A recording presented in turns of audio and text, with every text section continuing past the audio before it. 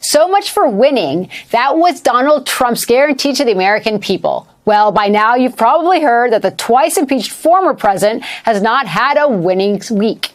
Do you know who did? The current president.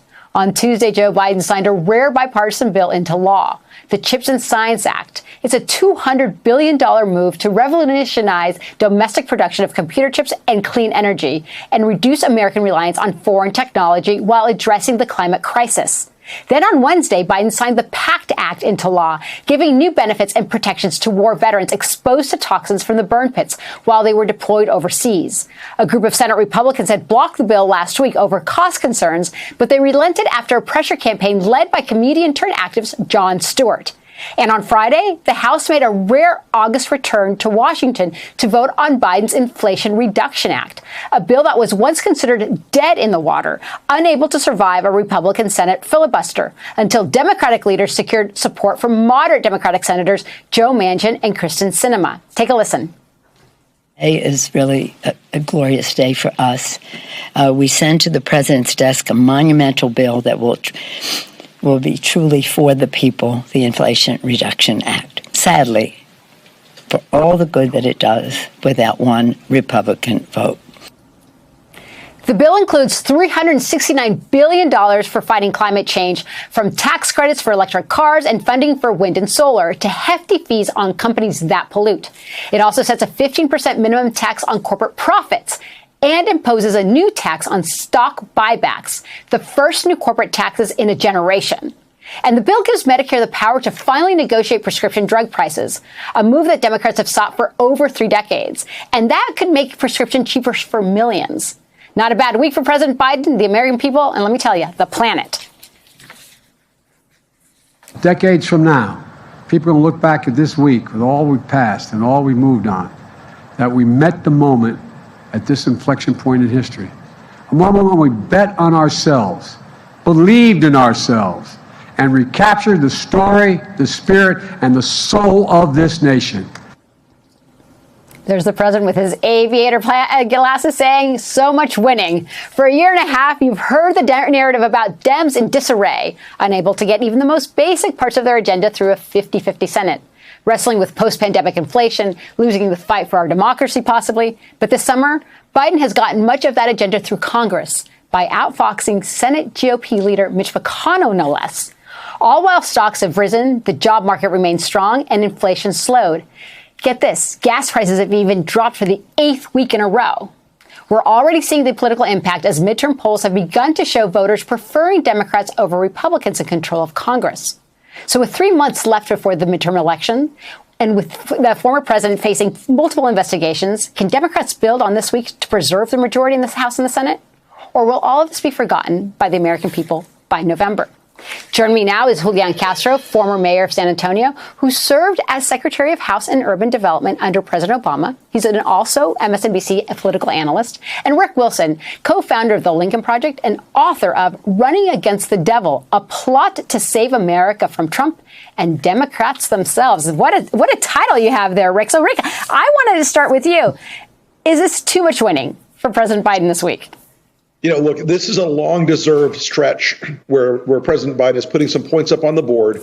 And it is a contrast I think the American people will appreciate, because there's one side where it's going to be chaos, cruelty, confusion, and conspiracy, and the other side where it's the hard work of doing the legislative lift, the nuts and bolts of getting things done for the American people. And, you know, even as a former Republican, I don't have to agree with everything that's in the bill, but if the alternative is crazy, and the product here is productive and decent and compromised legislation, I think the American people respond favorably to that.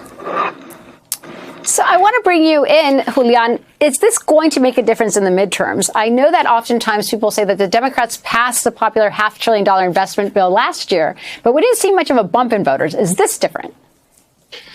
Well, this is a lot closer to the midterms, right? And I think, Maria Teresa, you hit the nail on the head when you say that, will this make a difference? Because people have a short attention span. There's no question about that. All of us remember that conventional wisdom used to say that the election really begins right after Labor Day. Well, we're not at Labor Day yet. But here's the thing. This can't hurt. because the knock on President Biden and Democrats had been they're not getting anything done. These great plans they had for Build Back Better had failed. Inflation is going sky high. Gas prices are rising. Now we see the exact opposite. They're getting a lot done that's really going to impact the American people and our long-term future, like on climate change. In addition to that, what people are seeing in front of their gas pump every day, the gas prices going down, what they're seeing at the grocery stores, prices are stabilizing at least, the cost of buying a car. In so many different ways, they're going to be reminded over the next couple of months that things are going in a better direction than they had been going. That can only be good. I don't see it in any way hurting Democrats. And I actually believe that if we think about the calendar that's left for Congress, they only have 1 or 2 weeks left here, and then they take a break. And I think they're only back for like 3 weeks in September. So the hope is for Democrats that this is going to be the lasting impression that the American people have of them and the president, getting things done, moving things in the right direction, making your life better. This is why you hired them in the first place, so you should keep them in November. So, Rick, as a self-proclaimed recovering Republican, I want to ask you, as a long-serving former senator, Biden seems to understand the workings of the Senate better than any other president in recent history. He seems to be delivering on his bipartisan promise by securing key pieces of legislation. Will this help the Democrats win independent voters that they desperately need and moderate voters who basically think that the party has become so extreme?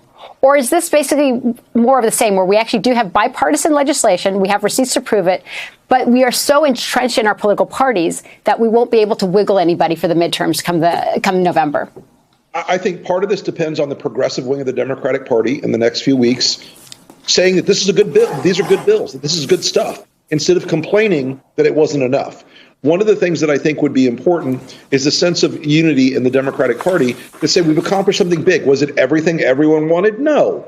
But was it good? Did it help? Is it meaningful? Is it productive? All those things, I think if they can answer that, yes, it will help them in November. But it's also going to rely on them continuing to pitch the sale, continuing to close the deal, bragging about it. Take a victory lap. Don't look at the short term, people who fell short and didn't get all they wanted. Look at the things it's done for real people. Look at the things it's done for everyday Americans. And I think they need to keep selling that. As Julián said correctly, this is a short term memory country. And unless you're putting it in their face every couple of days, hey, by the way, we did X for you, your life will be better. And to connect it to the improving economy as gas prices and commodity prices come down, as inflation starts to moderate, all these things all the arrows are pointing now in the right direction. They're not where they need to be. But I think you can use this as a proof point that Joe Biden can get things done for this country outside of, again, the noise, the chaos, the confusion, all the things that define the Republican Party of today.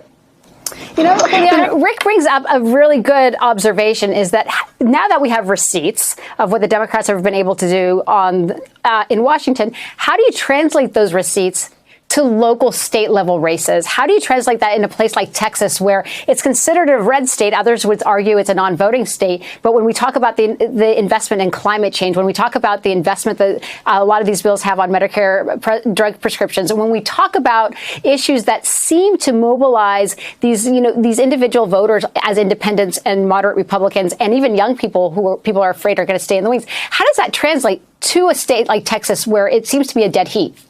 Or does it? Well, I agree with Rick. It's going to require a lot of message discipline. It's going to require candidates at every level, from the local, state, and then federal congressional race candidates that are running, to deliver that message and to connect it in a way that people can relate to. I'll give you a very quick example that's very relevant, as you know, Maria Teresa, to Texas. When Republicans killed the capping of insulin costs, Democrats wanted to cap it at, I think, $35 a month. Republicans killed that. In the Latino community here in Texas, just like everywhere else, diabetes rates are sky high. You pump that message into people's living rooms and on the radio and target them through social media. That's something that they can understand. Your parents or your relatives are having to pay hundreds of dollars, if not $1,000 a month for insulin. And there was a solution on the table that Democrats pushed for, but may have fallen short because of Republicans blocking it. Beto O'Rourke, the gubernatorial candidate down here, has, I think, tried to connect those issues of investment in climate and other issues that affect people's daily lives very well at the ground level as he goes canvassing the entire state day in and day out. That's the kind of message discipline and also the kind of fervor that's going to require from Democrats everywhere to make sure that people don't forget about these victories. So, Rick Wilson, if the election were held a week from now, who would win? Who would control the Senate and the House? Still narrowly control the Senate, maybe +1 from where they are right now. And the House is still looking pretty Republican. I have to be, very direct about that. The gerrymandering and the arrangement of the seats is really a tough lift for the Democrats still in the House. So with that, Julián, what do you think is going to be on the ballot? Because you're absolutely right. I think it's going to be some bread and butter issues, but then there is going to be the issue of rights. Roe versus Wade is a perfect example. What is going to mobilize these individuals maybe to switch parties? As we saw people voting in Kansas that were Republicans, but voting for pro-choice decisions. This umbrella idea of Republican extremism, that the party has just gone off the rails and become a cult for Donald Trump. And, of course, this week with the rating of Mar-a-Lago doesn't help. Anytime that Republicans are having to defend Donald Trump, that we're talking about Donald Trump, that's a good day for Democrats. So I think when it comes to that elusive moderate or swing voter, that they're going to have to choose between a party that seems like it's a cult and it's extreme on issues like abortion, on guns, on a number of other issues, and one that seems like it's getting things done in the interest of their families. That's a contrast that's very good for Democrats.